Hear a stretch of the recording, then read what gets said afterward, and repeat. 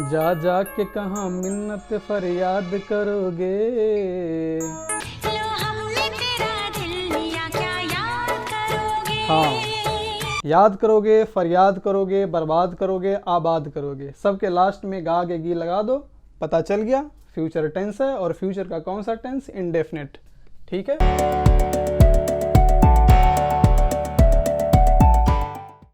तो जिस हिंदी वाक्य के अंत में गा, गे, गी ये सब रहेगा, ये होगा हमारा फ्यूचर इंडेफिनिट टेंस। ये हमारा फ्यूचर इंडेफिनिट टेंस का पहचान है। अब इसका हम स्ट्रक्चर देख लेते हैं क्या होता है जब हम ट्रांसलेट करते हैं। कौन से स्ट्रक्चर पे ट्रांसलेट करेंगे? अफर्मेटिव का स्ट्रक्चर ले लेते हैं। सबसे पहले हमेशा की तरह सब्जेक्ट, उसके बाद क्या आता है? वर्ब, और इसमें हमेशा वर्ब आएगा। लेकिन इसमें एक और चीज़ है, डायरेक्ट वर्ब नहीं आएगा, बीच में आएगा शैल या विल सब्जेक्ट के अकॉर्डिंग। उसके बाद आएगा वर्ब का first form. Subject, shall, will और वर्ब का फर्स्ट फॉर्म। एक सेंटेंस लेते हैं छोटा सा। मैं पढ़ाऊंगा, लास्ट में गा आ गया, ये हमारा फ्यूचर इंडेफिनिट टेंस हो गया। इसका ट्रांसलेट कैसे करेंगे? सब्जेक्ट का सबसे पहले सब्जेक्ट है आई। अब आई के साथ शैल लगाए या विल लगाए, तो आपको ये याद कर लेना है, आई और वी के साथ हमेशा शैल लगेगा और बाकी सब के साथ विल। सब्जेक्ट आई और वी है तो शैल, बाकी सब्जेक्ट कोई सा भी है तो विल लगाएंगे, हमारा ट्रांसलेशन कंप्लीट हो जाएगा। आई के साथ शैल लगाइए। क्या करूंगा? पढ़ाऊंगा, आई शैल टीच V1 के साथ। ओके, अब यहीं पे रहता मैं तुम्हें पढ़ाऊंगा, आई शैल टीच यू। मैं उसको पढ़ाऊंगा, आई शैल टीच हिम। तुम मुझे पढ़ाओगे, यू विल टीच। अब हम विल का देख लेते हैं। तुम, अब लिख देते वहां जाओगे। ठीक है, तुम वहां जाओगे। सब्जेक्ट क्या है? तुम। यू, और यू के साथ विल आएगा क्योंकि आई वी के साथ हमेशा शैल आएगा। यू के साथ विल, यू विल, और वर्ब है गो। कहाँ? There. You will go there, तुम वहां जाओगे। एक लेते हैं, वह कलम से लिखेगा। वह कलम से लिखेगा। सब्जेक्ट क्या है? वह, ही, और ही के साथ विल आएगा। ही विल, काम क्या हो रहा है? लिखने का। लिखने का होता है राइट। किस चीज़ से? कलम से। ठीक है, ही विल राइट, कलम से बाय आएगा। ठीक है, by pen. He will write by pen. तुम ट्रेन से जाओगे। अब इसको कैसे बनाएंगे? तुम ट्रेन से जाओगे। तुम का यू, यू के साथ विल, जाना गो। कैसे? By train.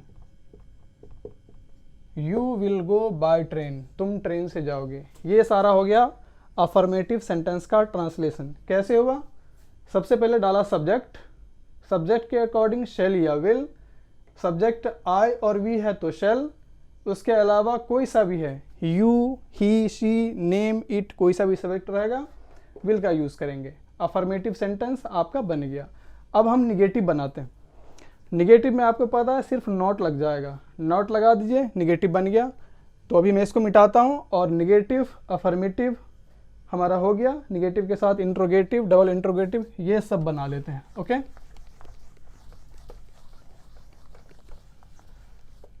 पहला क्या था? मैं पढ़ाऊंगा। ठीक है, मैं पढ़ाऊंगा का क्या हो गया था? अफर्मेटिव देख लेते हैं सबसे पहले जो हमने बनाया है। आई शैल टीच, मैं पढ़ाऊंगा। अब कहना है कि मैं नहीं पढ़ाऊँगा, मैं नहीं पढ़ाऊँगा, आई शैल, साथ में नॉट और teach, I shall not teach, मैं नहीं पढ़ाऊँगा। अब उसको इंट्रोगेटिव में लाते हैं, क्या मैं पढ़ाऊँगा, आंसर यस और नो में होना चाहिए तभी इंट्रोगेटिव बनेगा। क्या मैं पढ़ाऊँगा, तो आपको पता है यहाँ पे हेल्पिंग वर्ब शैल है या विल है, फ्यूचर इंडेफिनिट का हेल्पिंग वर्ब शैल या विल यहाँ पे। तो सब्जेक्ट आई है, हेल्पिंग वर्ब सबसे पहले SHALL, शैल के बाद सब्जेक्ट, शैल आई टीच, क्या मैं पढ़ाऊँगा, शैल आई टीच। और जब कहना होगा क्या मैं नहीं पढ़ाऊँगा, तो नोट आप सब्जेक्ट के बाद यहाँ पे लगा देंगे, शैल आई note teach, shell I note teach.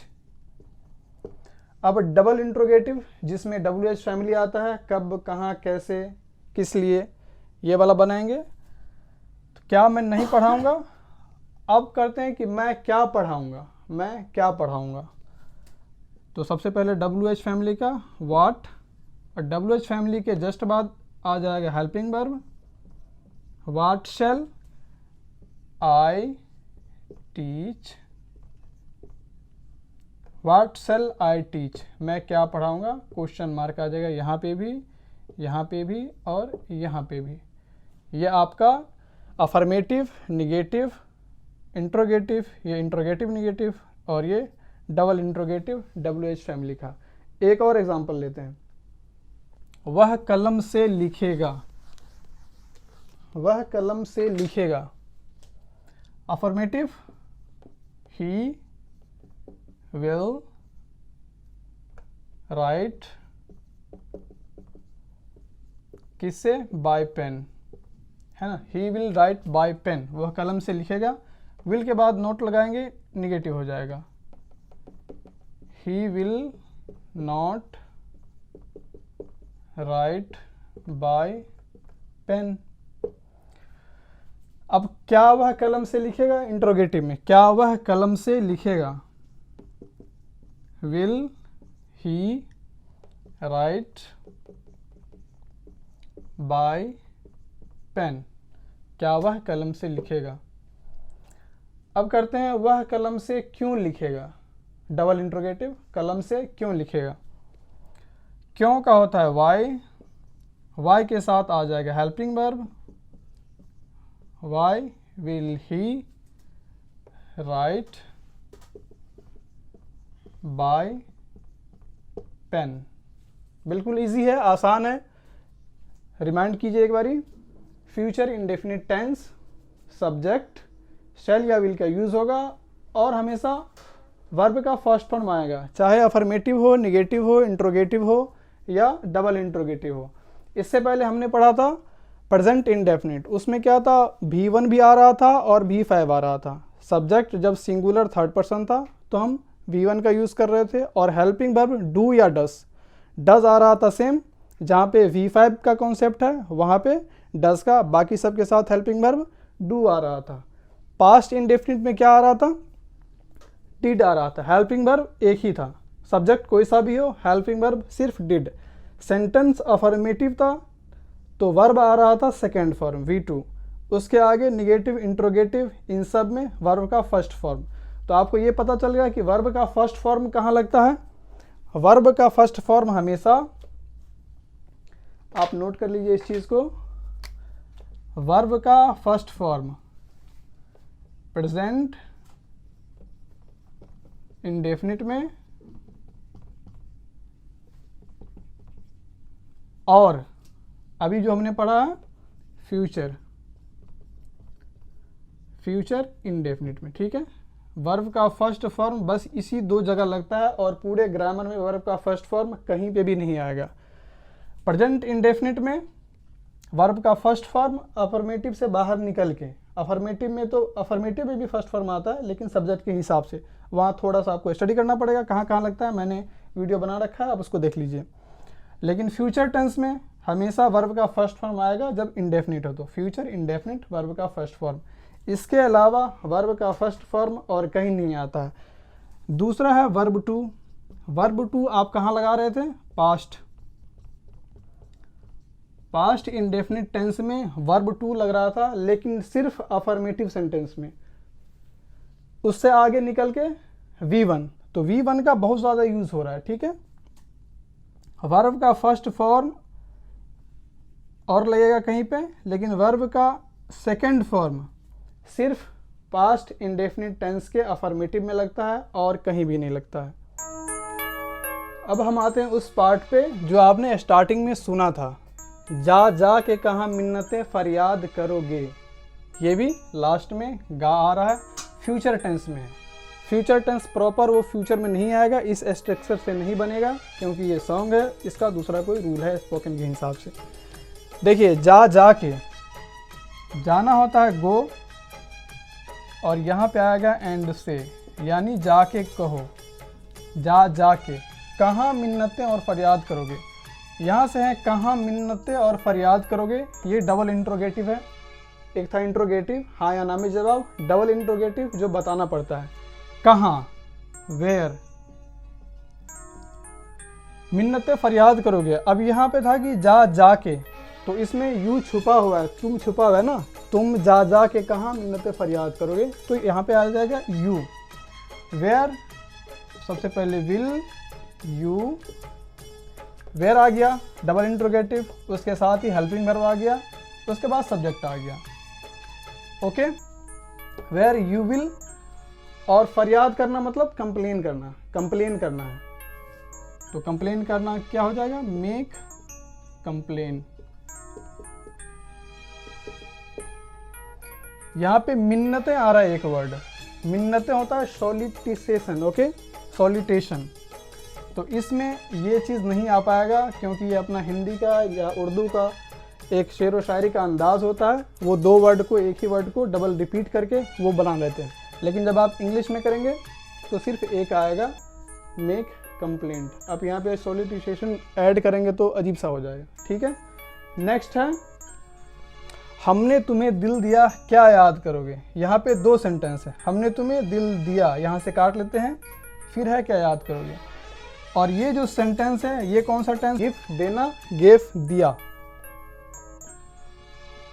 I gave you, तुम्हें, आई गेव यू, दिल दिया। तो सिर्फ यहाँ पे हार्ट नहीं आएगा, यहाँ पे आएगा मेरा हार्ट।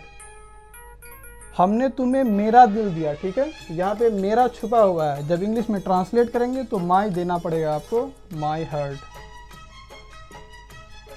क्या याद करोगे, अब यहाँ पे आ रहा है क्या याद करोगे, तो ये सवाल नहीं हो रहा, ये बता रहा है कि क्या याद करोगे, यानी कि तुम क्या याद करोगे, जाओ। तो यहाँ पे सेंटेंस सेम वैसे ही बनेगा, लेकिन लास्ट में क्वेश्चन मार्क नहीं आएगा, क्योंकि सवाल नहीं हो रहा बल्कि बताया जा रहा है। क्या याद करोगे, व्हाट विल। अब यहाँ पे तुम छुपा हुआ है, यहाँ पे होना चाहिए था क्या तुम याद करोगे।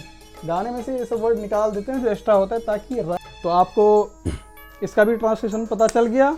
जा जा के कहाँ मिन्नतें फरियाद करोगे, और जो मैडम कह रही थी, लो हमने तुम्हें दिल दिया क्या याद करोगे। ओके, आज का हमारा फ्यूचर इंडेफिनिट टेंस के साथ ही प्रेजेंट का, पास्ट का और फ्यूचर का इंडेफिनिट टेंस फिनिश हो गया है। अगले वीडियो में फिर मिलते हैं कंटिन्यूअस टेंस को लेकर के। आपने अगर चैनल को सब्सक्राइब नहीं किया है तो चैनल को सब्सक्राइब कर लीजिए। प्लेलिस्ट हमारा बना हुआ है, टेंस सीरीज़ चल रहा है हमारा, 4 वीडियो आ चुका है। बाकी सारे टेंस का, कंटिन्यूअस का, परफेक्ट कंटिन्यूअस का आता रहेगा। आप सब्सक्राइब कीजिए, आपको सारा वीडियो मिलता रहेगा। तब तक के लिए take care, good bye and खुदा हाफिज़।